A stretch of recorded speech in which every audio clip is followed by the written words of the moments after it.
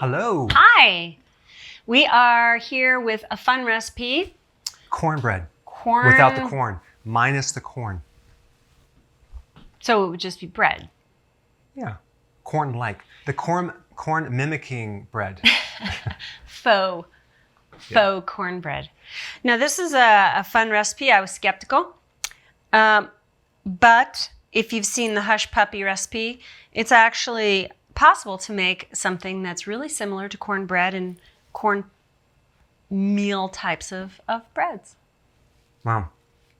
What do you think? If you guys like cornbread, you will love this. Do you know what it needs? Butter. Butter. That's before I said, would you like me to bring some butter? Well. And you said no. This tastes just like cornbread.